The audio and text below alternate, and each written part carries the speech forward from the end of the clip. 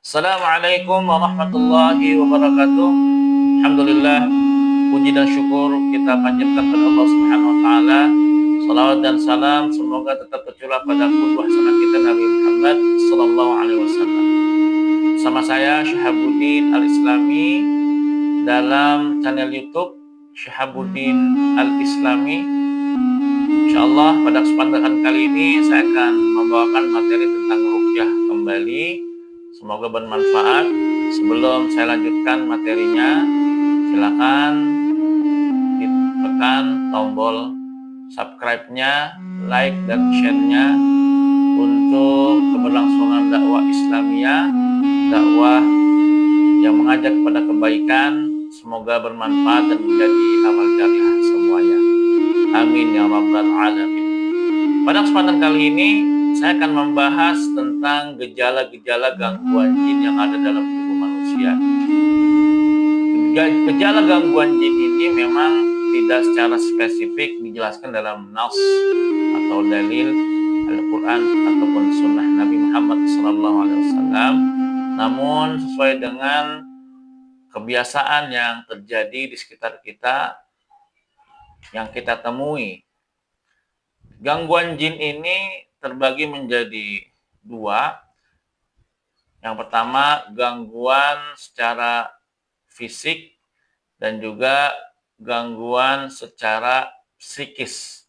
Psikis ini secara psikologi.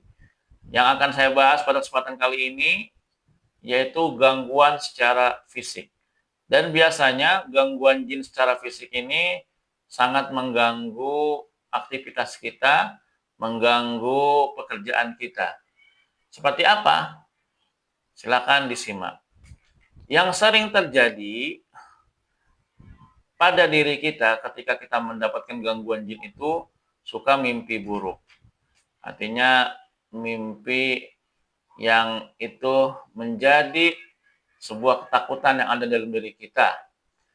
Mimpi ingin dibunuh, mimpi dirampok dan lain sebagainya. Ataupun yang kedua yaitu mimpi bertemu dengan binatang buas seperti singa, macan, ular, lilit ular ya dalam mimpinya.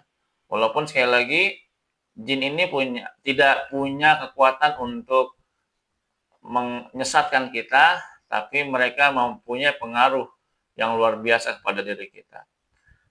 Selanjutnya, gangguan yang terasa pada anggota tubuh tertentu. Misalnya kepala kita suka berat, ya, punggung kita suka berat kalau ingin melaksanakan sholat, baca Al-Quran, ataupun mendengarkan azan. Nah, ini diantara ciri gangguan jin ya. Yang ini harus kita lawan. Kalau tidak kita lawan ya akan terbiasa atau kita akan lalai terus. Terus suka marah tanpa sebab. Manusia tuh punya sifat marah betul, tapi sifat marahnya orang beriman akan redam dengan sendirinya dengan istighfar dan zikir pada Allah. Tapi kalau marah itu disebabkan oleh gangguan jin, biasanya dia berapi-api, untuk redamnya agak lama ya. Nah, ini perlu kita waspadai. Terus menurunnya semangat dalam beribadah, menurunnya semangat dalam membaca Al-Quran. Selanjutnya ada sering melamun, menghayal, hal yang tidak-tidak. Ya. Ini biasanya gangguan jin juga, gangguan setan. Terus sering merasakan sesak yang ada di dalam dada. Ya, jantung berdebar. Nah, ini biasanya kalau di ruqyah itu terasanya di dada ini atau di ulu hati. Ya, kalau memang ada gangguan jin dalam tubuhnya itu terdeteksi dengan muntah ataupun asam lambungnya naik. Atau yang selanjutnya bisa melihat hal yang gaib. Nah, ini yang pernah saya jelaskan pada materi sebelumnya. Bisa melihat hal gaib itu karena memang dalam tubuhnya ada gangguan jin. Selanjutnya itu melaksanakan atau melakukan pekerjaan-pekerjaan yang tidak dicontohkan oleh syariat Islam. Ya, seperti tenaga dalam yang itu biasanya membutuhkan bantuan jin. Terus suka ada dalam diri tubuh kita, anggota tubuh kita pergerakan yang kita tidak tahu ya, atau secara mendadak ya. Tangan kita bergerak secara mendadak, kepala kita bergerak secara mendadak ya. Nah, ini diantara ciri-ciri gangguan jin yang ada dalam tubuh kita, walaupun masih banyak diantara ciri-ciri gangguan jin. Sekali lagi, di dalam surah Al-Baqarah ayat 208 telah jelas Allah menginformasikan kepada kita, innahu lakum aduwwun mubin. Sesungguhnya setan itulah musuh yang nyata. Dalam surah Fatir ayat 6 Allah berfirman, innasyaitana lakum aduwwun fattakhidhuhu aduwwa.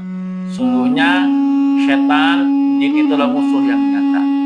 Nah, biasanya orang yang kena gangguan jin ini ya karena lemahnya iman dan juga dangkalnya akidah ataupun dangkalnya ilmu agama kita. Dan ini adalah gangguan jin secara fisik, secara atau secara psikologi atau secara psikis. Insya Allah akan saya lanjutkan pada materi selanjutnya.